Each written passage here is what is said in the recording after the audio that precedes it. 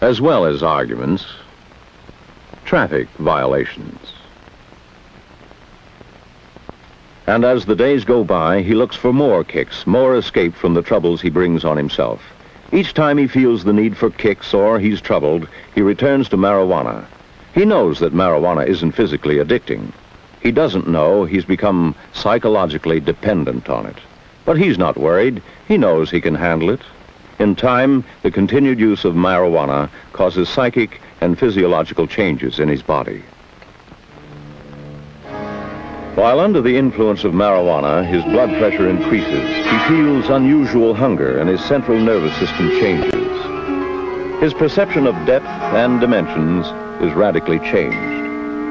A low curve appears as a precipice. With a distortion of sight and sound, time is suspended. Fast action appears slow. The whole world is distorted. When the big blow comes, angry, resentful, humiliated, sinking into the pit of despair, and he needs help to pull himself out. But where should he look for it? Whom should he ask?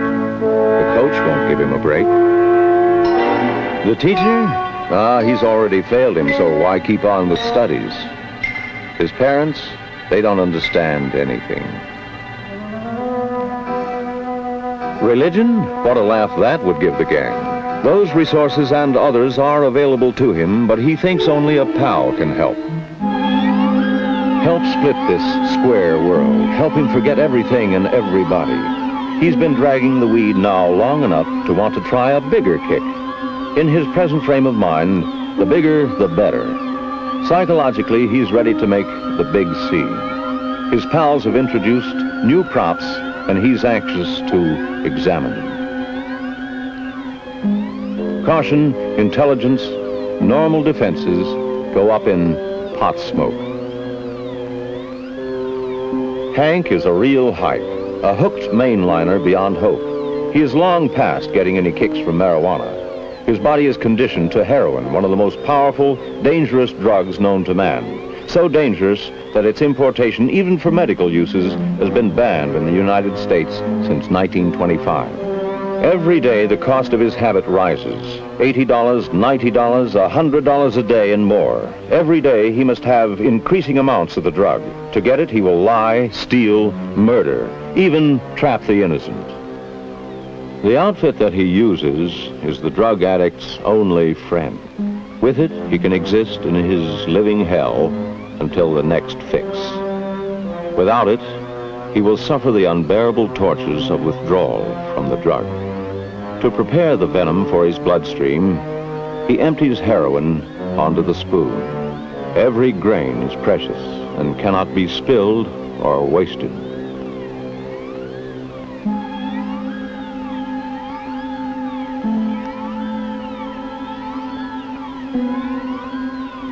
A few drops of water are added to make a solution.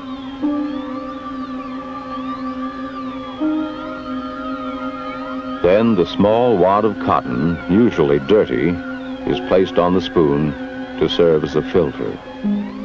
The solution is then drawn through the cotton filter and into the needle.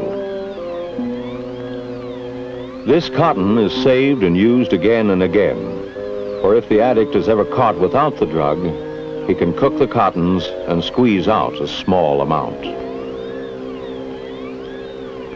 This is it then, the big time. The main line, the high point of every drug addict's existence. Of every 1,000 hikes who ride the toboggan to hell, only a few ever get off.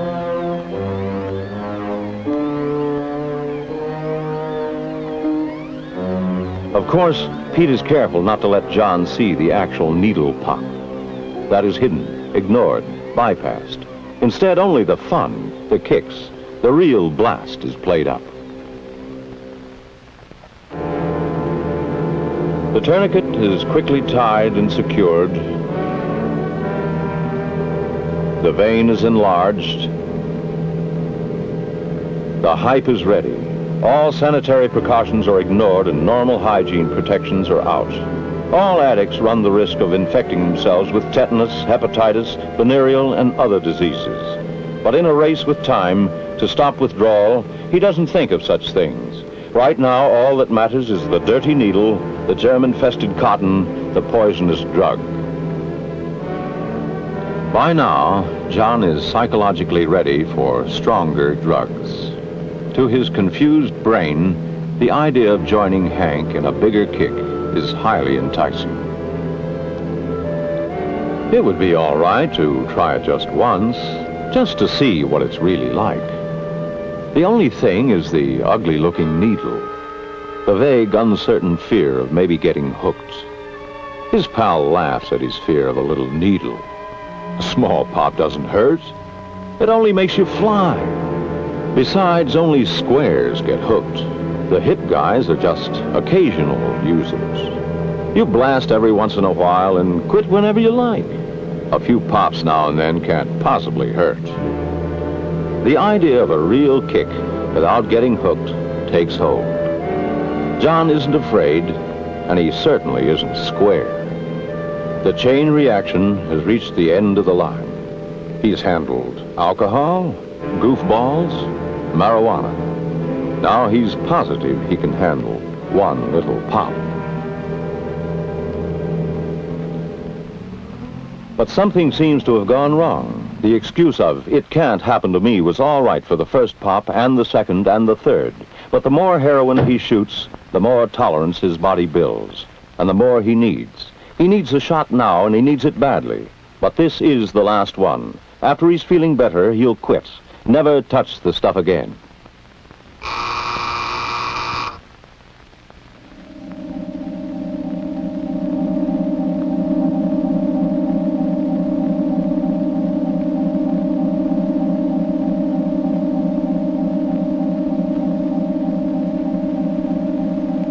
Hank immediately recognizes the withdrawal symptoms in John. Nervousness, nausea, watering eyes, running nose.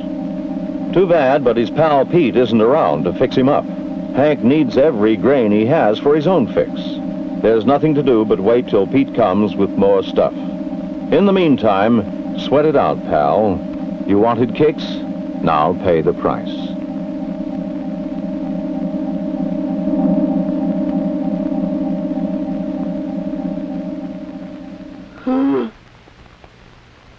At first, it all seemed like such harmless fun. It was hip to go along with the gang. But where's the gang now? Why aren't they with him when he needs them most? Too late, he realizes that by joining to belong, he's more alone than ever. This is the one trip he must take all alone. Only he himself can experience the unbearable agony of withdrawal. Alternately, he will feel chills and burnings. Violent muscular cramps will rack his tortured body. He will vomit and then retch in uncontrollable convulsions. The agony will reach its peak in 36 to 72 hours, then continue for 2 more weeks. In the meantime, he must obey the rules of the drug addict's world of secrecy. His screams of pain can bring discovery. Worst of all, they can bring the law and forcible denial of the hell drug addicts must have. So cool it. Cut it. Strangle it. In the jungle land of narcotics, it's fight, claw, kill, and every man for himself. The demons of withdrawal pains have increased their torture. They run rampant through his body and prepare to multiply themselves hundreds of times again. Ironically, the only relief from his demons is through the very poison that originally hooked him. The same heroin that will bind him ever more tightly to his living hell. But the blessed temporary delivery is not given through any noble, charitable motives. It's just the final step in Pete's carefully laid plan. He's made another junkie and another source of money. Now, with the hook in deep, he twists it to make sure the victim will never get away. Now that John has experienced the horrors of withdrawal, he will make sure he gets his junk every day. His pal Pete will be glad to supply him, but only for money, plenty of money. For in the vicious racket that preys on human misery, there is no trust, no credit, no mercy. It's cash on the line or the unbearable agony of withdrawal. How to get the money presents tremendous problems. To secure this money, John must now do things he would never dream of doing before he was hooked. First, he sold his wristwatch, then his hi-fi. Today, it's his mother's best silverware. Although always pressed for more and more money to support his habit, John must preserve outward appearances. Every day, he must go through the motions, the pretense of living a normal life. No one must ever know he's a hopeless junkie. But the law enforcement officers, ever alert to the deadly drug traffic, are about to know. Helen, the swinger, the hip chick of the gang, has been picked up for shoplifting in a downtown store. Her previous arrests for shoplifting and prostitution, her addiction to narcotics, weigh heavily against her. But the shame, the stigma, the prison sentence she faces are of second importance now. Her immediate problem is getting another fix to hold off the terrible withdrawals. In police custody, she knows a fix is impossible. So she will settle for the next best thing and cooperate with the law. She will sell the gang, her friends, her soul for the help she needs to face the coming withdrawal tortures. Swiftly acting on her lead, those of the law strike back, and another small tentacle of the drug octopus is cut off.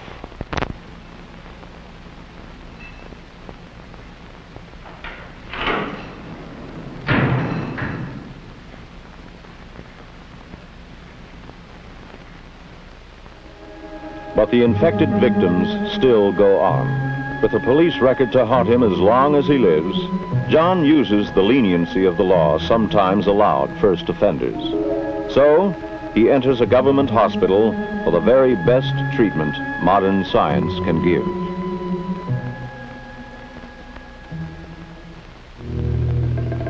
Months later, the agony of withdrawals, the care, the treatments are behind him. Now that he's kicked the habit, he can try to pick up the pieces of his broken life. I wonder if Pete and Hank are out of prison yet. It won't do any harm to stop by and just say hello.